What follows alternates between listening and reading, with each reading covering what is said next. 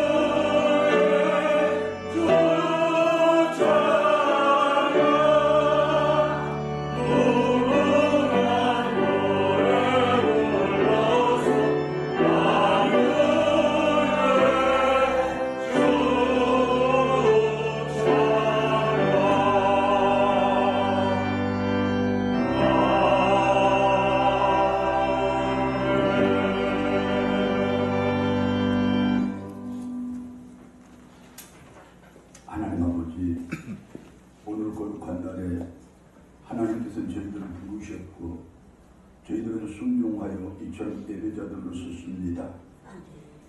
순종하는 백성들에게 베푸실 삶의 복과 거룩한 자들에게 베푸실 영적인 은혜를 당당하게 받고 마음껏 호흡하는 저희들 되게 하시옵소서.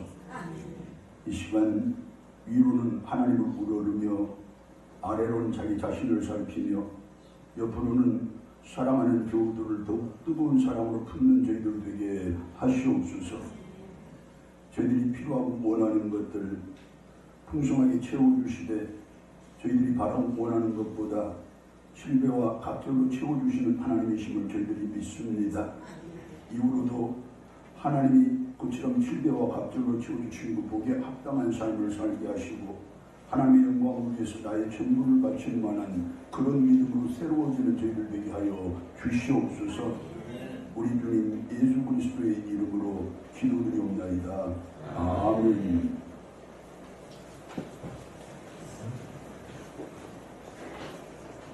사도신경으로 신앙 고백드립니다.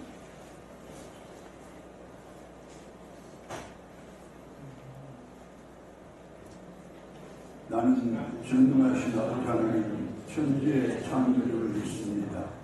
나는 그의 유일하신 아들 우리 주 예수 그리스도를 믿습니다. 그는 성령으로 잉태되어 동정녀 마리아에게서 나시고 본디오 빌라도에게 고난을 받아 십자가에 못 박혀 죽으시고 장사된 사흘 만에 죽은 자 가운데서 다시 살아나셨으며 하늘에 오르시어 전능하신 아버지 하나님 우편에 앉아 계시다가 거기로부터 살아있는 자와 죽은 자를 심판하러 오십니다. 나는 성령을 믿으며 거룩한 공교회와 성도의 교제와 죄를 용서받는 것과 몸의 부활과 영생을 믿습니다. 아멘. 교동문의 35번입니다.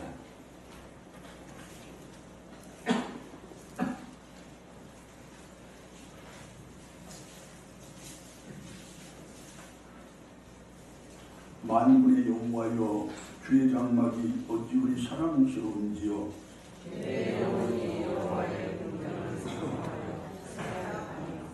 내 마음과 육체가 살아계시는 하나님께 부르짖나이다. 주의 제단에서 창세도 제집을 얻고 제비도 새끼들 보금자리를 얻었나이다.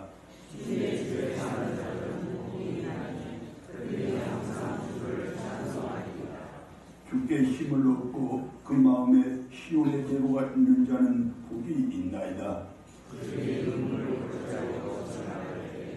그곳에 많은 샘이 있을 것이며 이른 비가 복을 채무로 주나이다.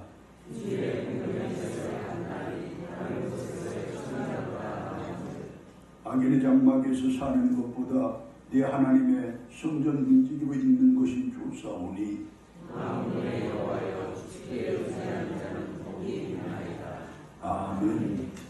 90장 찬송입니다.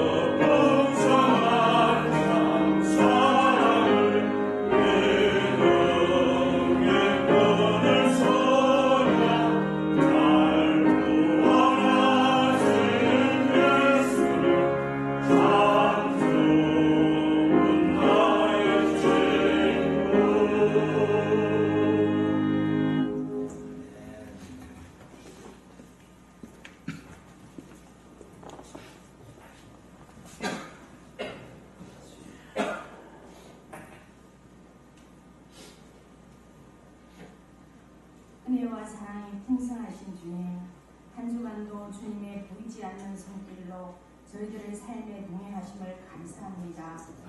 넘어지고 좌절할 때마다 합당한 은혜를 일으켜 주심도 감사합니다.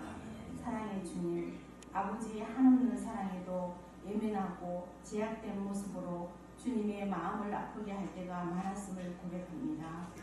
용서하여 주옵소서.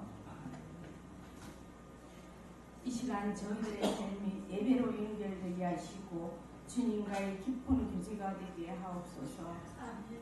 사랑의 주님, 이 나라의 지도자들이 주님의 명령에 따라 주님을 섬기게 하시고 곳곳에 고통받는 자녀들에게 주님의 사랑과 치유와 평안을 주옵소서. 사랑의 주님, 세우신 들꽃교회가 강력한 성령님의 역사로 사랑으로 하나 되게 하시며 나의 어떠함보다 너의 어떠함을 먼저 감싸고 칭찬하는 교회요 성도들이 되게 하옵소서.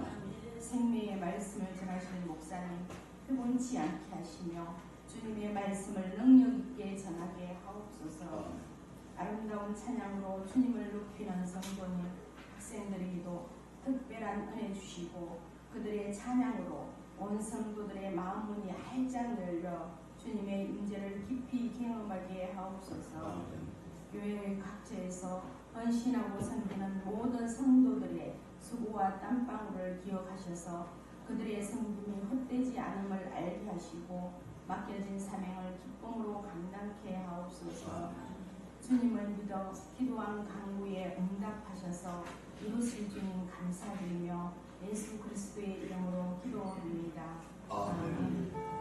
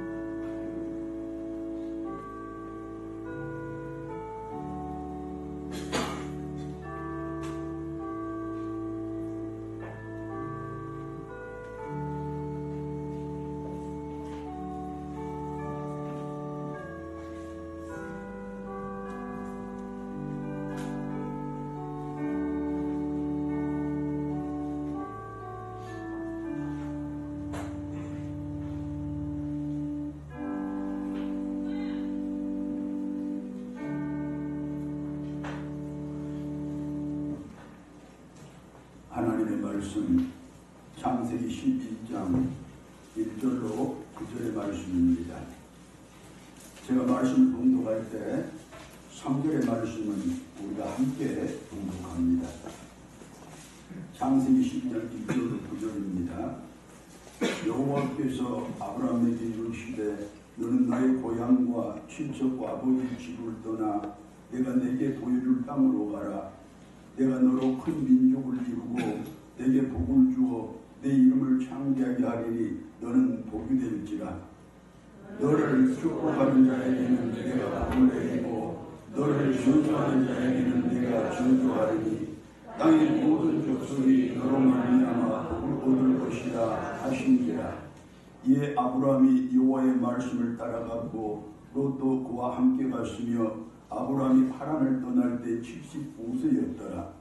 아브라함이 그의 아내 사레와 조카 룻과 하란에서 모은 모든 소유와 모든 사람을 이끌고 가나안 땅으로 가려고 떠나서 마침내 가나안 땅에 들어갔더라. 아브라함이 그 땅을 지나 세겜 땅 모래 상수리 나무에 이르니 그때 가나안 사람이 그 땅에 거주하였더라. 여호와께서 아브라함에게 나타나 이르시되 내가 이 땅을 내 자손에게 주리라 하시는지라. 자기에게 나타나신 여호와께 그가 그곳에서 제단을 쌓았고 거기서 베델 동쪽 산으로 옮겨 장막을 치니 서쪽은 베델이요 동쪽은 아이라. 그가 그곳에서 여호와께 제단을 쌓았고 여호와의 이름을 부르더니 점점 남방으로 옮겨가더라. 아멘. 찬양으로 하나님께 영광을 돌립니다.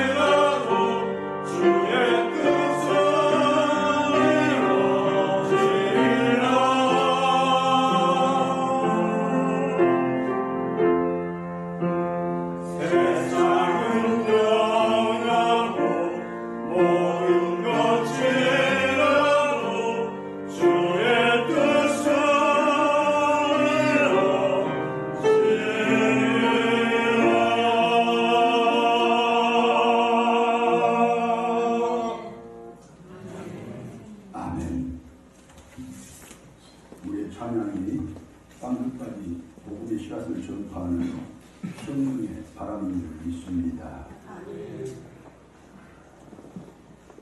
유혹이 관영한 이 세상이 있고 죄악이 넘쳐나는 이 세상입니다.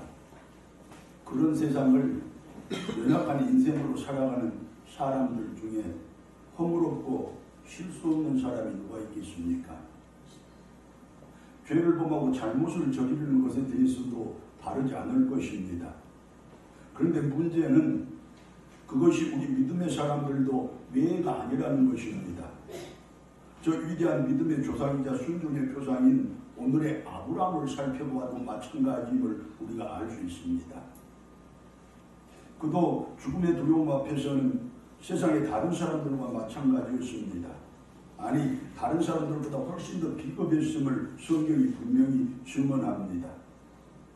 자기 아내를 우리로 속여 자신의 목숨을 부게려 했던 것 아닙니까? 그야말로 마누라 팔아 지가 살고자 했다는 말씀입니다.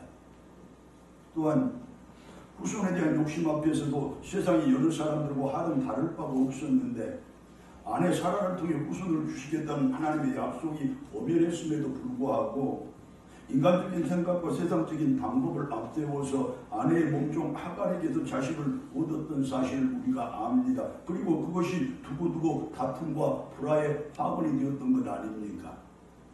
어디 그 일들 뿐입니까? 가장 비겁하고 파렴치한 그 일을, 즉 아내를 위로 속여 자기의 목숨을 부지하려고 했던 그 일을 다시 반복합니다. 저번에는 애굽 사람들이 자기 아내를 탐했을 때였고 이번에는 그랄로왕 아비멜렉이 그녀를 취하고자 했을 때입니다. 자, 그런데 여기에서 우리가 한 가지 주목해야 할 것은 아브라함의 그와 같은 실수와 허물들이 약속의 땅 가나안을 떠나서 이방 땅 애굽 나라로 간 일로부터 시작되었다고 성경이 분명하게 증언을 하는데 오늘 본문과 바로 이어지는 창세기 12장 10절 말씀입니다. 그 땅에 기근이 들었으므로 아브라함이 애굽에 거류하려고 그리로 내려갔으니 이는 그 땅에 기근이 심하였습니다. 여기서 내려갔다는 이 말은 야라드라는 언어로 기록된 말인데 단순하게 위치가 더 낮은 지역으로 옮겨갔다는 그런 의미를 넘어서서 사회적인 지위나 신분상의 계급이 더 낮아졌다는 뜻입니다. 그리고 더 뚜렷한 의미가 한 가지가 있는데 곧 도덕성이나 윤리적인 수준이 낮아졌다는 것입니다. 무슨 말이냐? 그때 아브라함이 기근을 핑계로 삼아 애굽 땅으로 간 것은 가나안 땅을 버리고 애굽 땅으로 내려간 것은 단순하게 삶의 터전의 위치 변경을 한 것이 아니라 자신의 삶과 신앙을 타락시키는 가장 큰 원인을 스스로가 제공했다는 뜻입니다. 또한 거류하려고라는 이 말은 구루라는 언어로 기록된 단어인데 원래는 길 옆으로 발걸음이 벗어났다, 신앙이 실족했다 그런 의미입니다. 그런데 여기에서는 무엇을 염려하고 어떤 것을 두려워한다는 의미로 사용되었습니다. 즉 아브라함은 복의 근원이 될 것이라는 하나님의 약속보다 현실에 닥쳐있는 배고픔을 더 큰 문제로 여겼고 그리고 그 염려가 믿음보다 더 커서 결국 믿음이 아니라 육신의 소욕을 따라 행동을 했다는 그런 의미입니다. 즉 아브라함의 여러 가지 실수와 허물의 근본 원인이 무엇이냐? 하나님의 약속에 대한 믿음보다는 현실적인 문제에 대한 염려가 더 컸던 그의 작고 보잘것없는 믿음 때문이었다는 뜻입니다. 곧 믿음의 실패가 인생의 실수와 삶의 허물로 이렇게 나타났다는 것입니다. 자, 여기에서 매우 중요한 한 가지 교훈을 얻을 수가 있습니다. 여러분, 사업의 실패는 사업의 실패일 뿐이지 결코 인생의 실패가 아닙니다. 입시의 실패도 그렇고 시험의 실패도 마찬가지입니다. 심지어 결혼의 실패나 가정의 실패까지도 그것이 절대로 인생의 실패는 될 수가 없습니다. 하지만 믿음의 실패, 신앙생활의 실패는 곧바로 인생의 실패로 이어진다는 사실을 우리는 가슴 시리게 깨닫고 뼈저리게 인식을 해야 합니다. 왜냐? 말씀이 교훈을 하는 바 믿음의 실패는 도덕과 윤리의 실패는 물론이거니와 사회적인 실패와 인간적인 실패의 근본 이유가 되기 때문이라는 것입니다. 이제 그 어떤 경우에도 믿음의 실패, 신앙의 실패만큼은 결코 하지 아니 반드시 승리하고 성공하는 우리들 되어야 할 줄 믿습니다. 아멘. 자, 살펴본 바 아브라함의 실존도 그렇고 실상이 그런데, 즉 신앙적으로도 그렇고 인생과 삶은 물론 도덕과 윤리적인 면도 마찬가지로 별로 내세울 것 없는 아브라함인데, 오히려 치명적인 실수와 허물이 많은 아브라함의 모습을 우리가 지금 보았는데, 그렇다면 노아도 있고 이삭과 야곱을 비롯한 아브라함의 이전과 이후에도 수많은 믿음의 선진들이 있었는데, 왜 그들을 다 제쳐놓고 하나님은 아브라함이 모든 믿는 자들의 조상이 되게 한 것입니까? 또한 그는 어떻게 해서 복덩어리가 된 것입니까? 그에 대한 대답을 오늘 본문 말씀이 우리들에게 들려주는 바, 이 시간에 본문 말씀은 하나님이 우리들에게 주신 선물입니다. 먼저 본문 속의 아브라함의 심정에 우리가 함께 동참을 한번 해봅시다. 본문 1절 말씀입니다. 여호와께서 아브라함에게 이르시되 너는 너의 고향과 친척과 아버지 집을 떠나 내가 내게 보여줄 땅으로 가라. 하나님의 이와 같은 명령에 대한 아브라함의 반응을 신약성경 히브리서 11장 8절의 말씀은 이렇게 가르칩니다. 믿음으로 아브라함은 부르심을 받았을 때에 순종하여 장래 유업으로 받을 땅에 나아갈 때 갈 바를 알지 못하고 나아갔다. 내가 내게 보여줄 땅으로 가라. 하나님의 그 명령 한마디에 정들고 익숙한 오랜 삶의 터전과 부모 형제를 비롯한 모든 인간관계를 미련 없이 정리하고서 물설고 나서는 수말리 머나먼 타국 땅을 향하여 갈 길도 모르는 채 무작정 떨쳐나선 아브라함이었다. 그런 말씀의 뜻 아닙니까? 정든 사람들과 이별 앞에서, 또한 익숙한 것들과의 편리한 것들과의 결별 앞에서 누군들 슬픔과 아쉬움이 없겠습니까? 누군들 상실의 고통과 단절의 아픔이 없겠습니까? 그리고 완전히 새로운 세상과 및 전혀 낯선 환경과의 만남을 앞두고 두렵고 떨리지 않을 사람이 누구이며 세상에 또 어디에 있겠습니까? 하지만 중요한 사실은 그런 슬픔과 아쉬움을 극복해내지 못하고서는, 그런 아픔과 두려움에 맞서 싸우지 않고서는 새로운 인생과 새로운 삶을, 또 새로운 세상을 향하여 한 발자국도 내딛지를 못한다는 것입니다. 그리고 오늘의 우리들에게 있어서도 더욱 중요한 사실은 그런 슬픔과 아쉬움을 감내하고서는, 그런 아픔과 두려움을 회피하고서는 우리에게, 그리고 우리 교회 앞에 더 복된 내일과 더 큰 소망은 결코 없다는 사실을 우리들이 알아야 한다는 것입니다.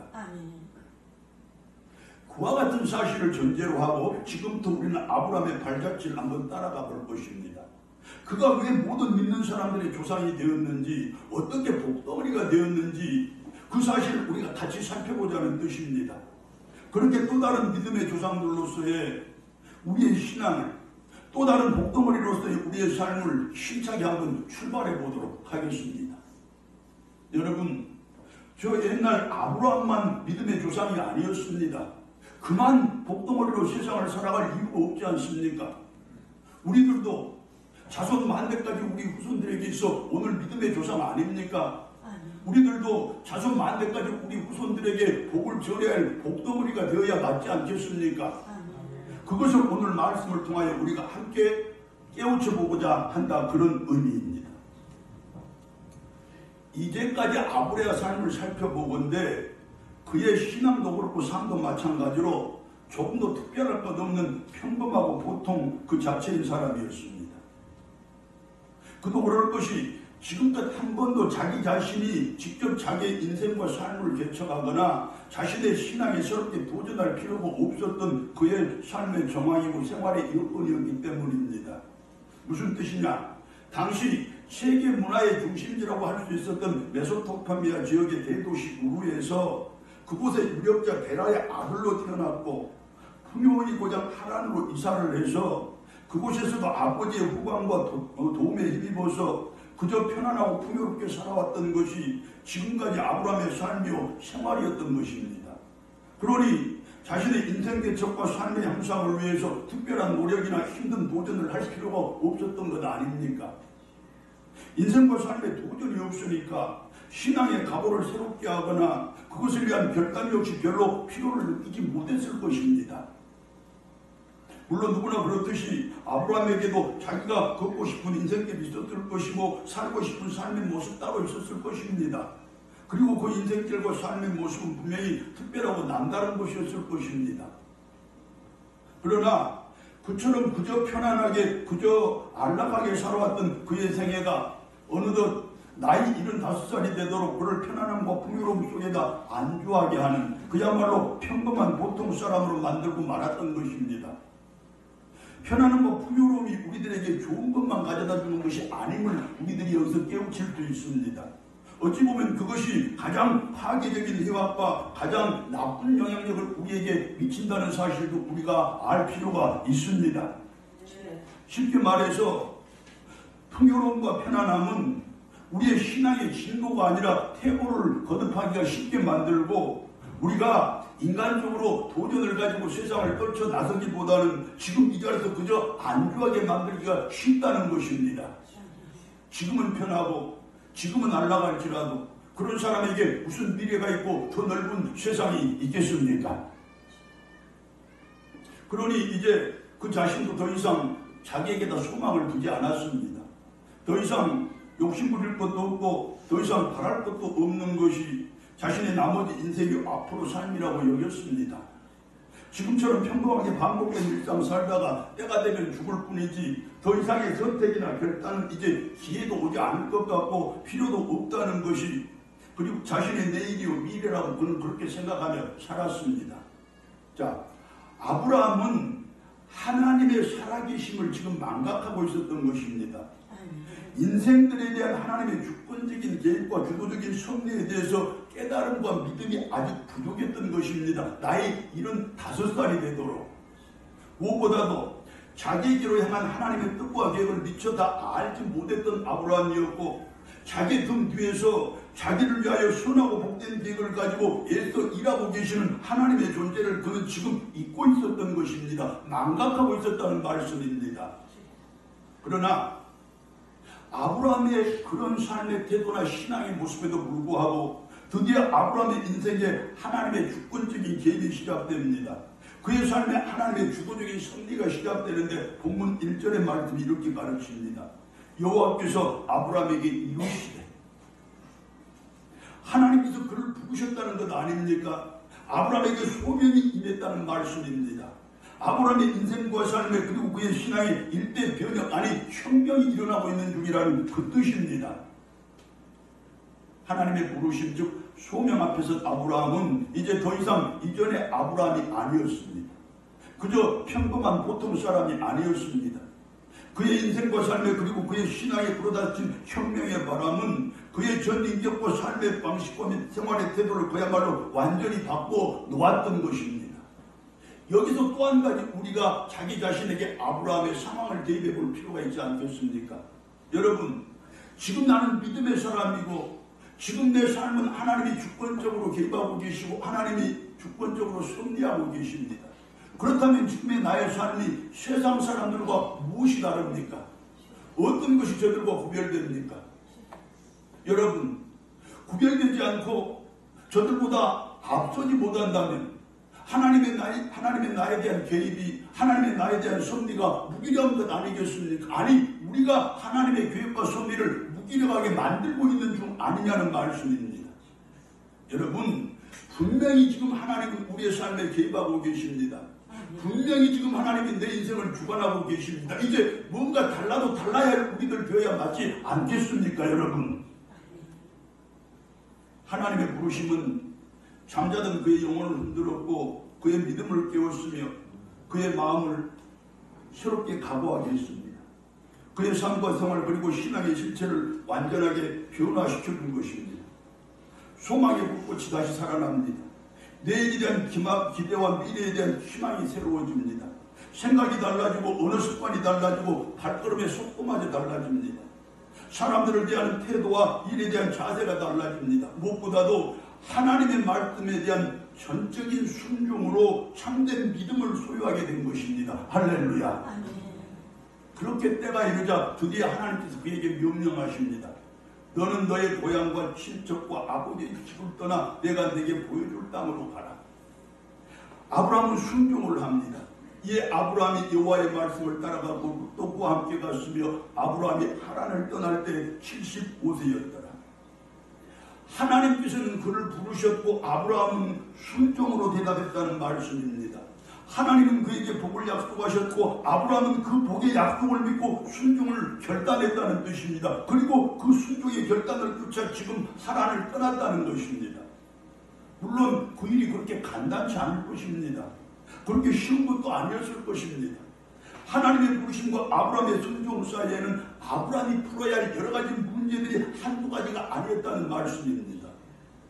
믿음의 결단과 신앙의 정립이 필요했을 것이고 세상적인 가치들과 세속적인 기득권의 포기가 있어야 했을 것이며 사회적인 단절과 인간관계의 정리도 했어야 할 것이고 그리고 미지의 세상과 새로운 상황에 대한 두려움을 극복하는 등의 하나같이 그로서는 풀기 어려운 숙제들 아니었겠습니까? 숙제가 풀기 어렵다고 해서 그 숙제 풀기를 포기했던 아브라함이 아니었습니다. 순종으로 일단 떨쳐 나섰습니다. 하지만 모든 인생의 여정과 삶의 전 과정이 그렇거니와 믿음과 신앙 또한 선택의 과정이고 그 선택은 결단과 동일한 의미라는 사실을 아브라함이 지금 깨닫고 있는 중입니다. 그리고 그 선택과 결단의 원인과 동기가 하나님 중심이라면 그것은 항상 옳은 선택이고 바른 결단임을 그는 지금 깨닫고 있는 중입니다. 무엇보다도 참된 순종은 그 믿음의 선택과 신앙의 결단을 동력으로 삼아서 하나님의 부르심에 자기 자신의 감정과 의지는 물론이고 행동까지도 연결시키는 능동적인 삶의 태도이고 생활의 자세임을 그는 잘 알고 있습니다. 그리고 알고 있는 그대로 순종하며 실천한 것 아니겠습니까? 믿음을 선택하고 신앙을 결단하고 마침내 순종을 해서 하란을 떠났다는 말씀입니다. 순종하여 하란을 떠난 이후에 그의 삶과 생활은 또한 그가 하나님께로부터 받은 축복과 그가 누린 영광은 오늘의 우리들이 말씀을 통하여 이미 잘 알고 있는 그대로 모든 믿는 사람들의 조상이 되었다는 것과 또한 복의 근원 즉 복덩어리가 되었다는 것으로 잘 나타내 보여지지 않습니까? 자, 여기까지 우리는 위대한 믿음의 사람 아브라함의 삶과 신앙에 대해서 그의 특정한 시기, 특수한 상황을 중심으로 간단하게 그러나 집중적으로 한번 살펴보았습니다. 자, 다시 한번 말씀드리거니와 그 시기와 그 사건 속에서 보여준 그의 삶과 신앙의 모습을 통해서 순종의 참된 모습이 무엇이고 그것이 진정한 의미를 깨닫고자 한 것입니다. 또한 그의 그 순종의 모습을 모범으로 삼고 본을 삼아서 오늘 우리들 역시 순종의 사람이 될 것을 다짐하고 결단해보자 하는 뜻입니다. 그리고 그 순종의 결단 이후에 하나님이 우리들에게 주실 복과 은혜가 어떤 것인지도 우리가 삶 속에서 아브라함과 똑같이 한번 체험해보자 하는 말씀입니다.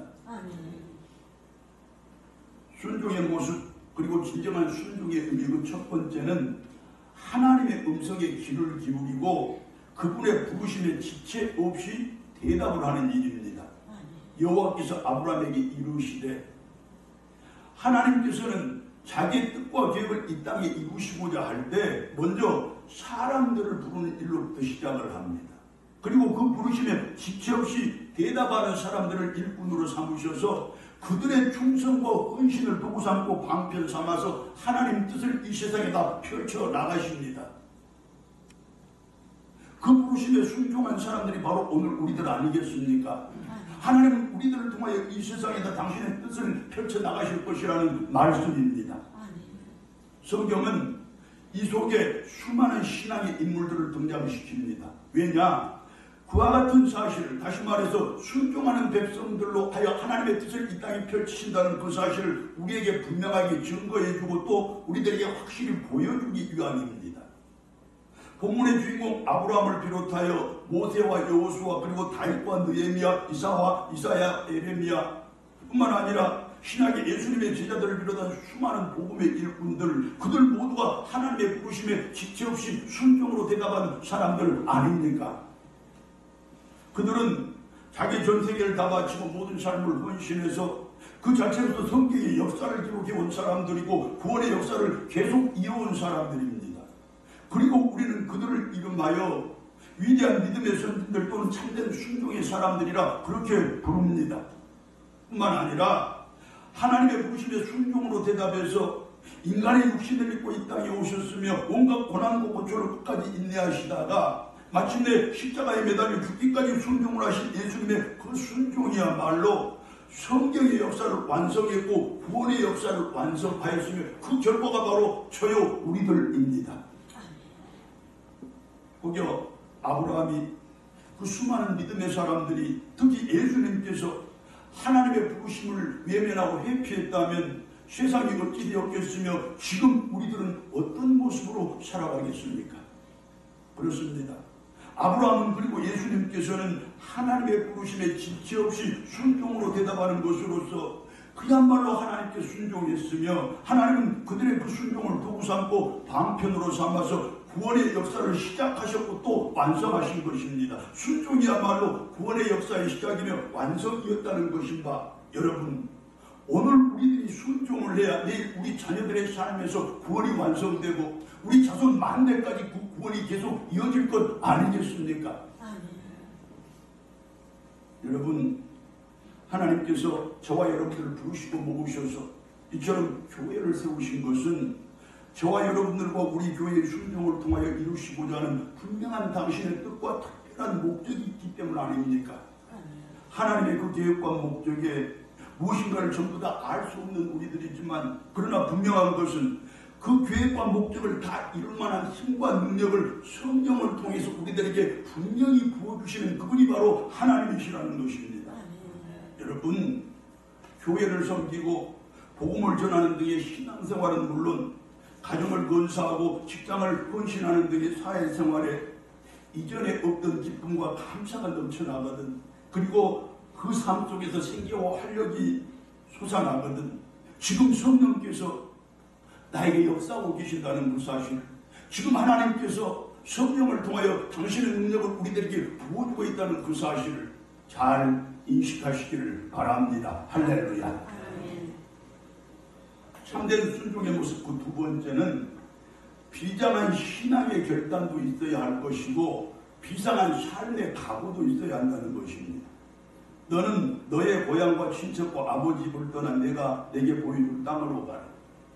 지금 아브라함에게 고향과 친척을 떠나라는 하나님의 명령은 지금까지 아브라함 자신이 가지고 있었던 자기의 인생과 삶에 대한 주도권을 이제부터 완전하게 하나님께 넘기라는 뜻입니다. 전적으로 하나님만 믿고 완전하게 하나님만을 의지하겠다는 비상한 신앙의 결단, 삶의 각오를 하라는 그 명령입니다. 그 명령 앞에서 아브라함은 이제껏 자기가 기대고 의지했던 혈연과 지연 그리고 자기를 보호해 주었던 사회적 배경을 모두 버려야만 했습니다. 지금까지 자신이 소유했던 세상적인 가치들과 자신이 누리던 세속적인 기득권을 모두 포기해야만 했습니다. 그뿐만 아니라 지금까지 모든 세상적인 인연과 인간관계를 완전히 청산할 수밖에 없었습니다. 70평생을 살아온 삶의 터전의 배경 아니었습니까? 피를 나는 혈육보다 더 친하게 지내던 이웃과 친구들도 많았습니다. 모두에게 대접받는 하나도 부러울 곳이 없는 사회적인 이치였습니다. 거기에다가 물질의 풍요와 삶의 여유는 더 이상 바랄 곳이 없는 정도 아니었습니까? 그런데 그 모든 것들을 한순간에 다 버리고 또 포기해야 했던 것입니다. 참으로 어려운 슬픔이고 가슴 뚫릴 것 같은 아쉬움이고 아픔 또한 숨길 수가 없었을 것입니다. 비장한 신앙의 결단이 아니고서는 도저히 순종을 할 수 없었다는 말씀입니다. 하지만 아브라함은 그 모든 인간적인 고통 감수하고 또 버리고 포기했던 것입니다. 그렇게 해서 자신의 인생의 주도권과 삶의 주장을 완전히 하나님께 맡겼다는 말씀입니다. 그 비장한 결단을 통해서 지금 순종해서 하나님을 버리고 가나안 땅을 향해 가고 있는 중 아니겠습니까? 자, 그렇다면 지금 여기에 우리는 나의 믿음을 위하여 나의 그 참된 순종을 위하여 무엇을 버리고 어떤 것을 포기했습니까? 제가 여러분들께 내가 가진 재산이나 물질을 포기하라고 그것은 강요하지 않겠습니다. 하지만 내 마음속에 있는 미움이나 욕심, 생각 속에 있는 질투나 시기, 그리고 우리의 삶을 지배하고 있는 육신의 욕망과 쾌락심은 우리가 버리고 포기할 수 있지 않겠습니까? 내 믿음을 위하여 그 순종을 위해서. 사랑하는 여러분, 하나님 오늘 우리들에게 많은 것 원하지 않고 큰 것 바라지 않습니다. 네가 바로 설 수 있는 있기를 위하여, 네가 참된 믿음 생활을 하기 위하여, 네가 정말로 거룩한 사람으로서 이 세상과 구별되는 그 모습을 작게나마 보여줄 수 있도록 마음속에 있는 그것들, 생각 속에 있는 그것들, 삶 속에 있는 그 죄와 유혹들, 그것만큼은 버려달라고 우리에게 말씀하시고 명령하고 계십니다. 여러분, 그 한 가지 것들이라도 잘 버리고 포기하는 우리들 되어서 나도 순종의 백성이고 순종의 신앙인이라는 그 사실을 하나님 앞에서 당당하게 입증해내는 우리들 되기를 진심으로 소망합니다. 그렇게 이제 우리도 자기 인생과 삶의 주도권을 완전히 하나님께 맡겨야 할 것이고, 이제까지 모든 배경과 인연을 버리고 오직 하나님만을 바라보고 그분만을 의지하자는 그 말씀입니다. 새로운 신앙의 결단을 통한 순종을 각오하고서 힘있게 떨쳐나서는 우리들의 이 시간 되자는 그 뜻입니다. 할렐루야. 여러분, 비록 보잘것없고 내세울 것 없는 우리들이지만, 그러나 우리에게도 나름대로 배경도 있고 또 인연도 있지 않겠습니까? 대부분 혈연이겠지만 학연도 있고 지연도 있고 세상의 이해관계가 얽힌 또 다른 배경과 인연들도 많을 것입니다. 하지만 우리는 알아야 합니다. 그 인연, 그 배경들과 인연하지 않고서, 이별하지 않고서는 더 큰 세상으로 나아갈 수 없습니다.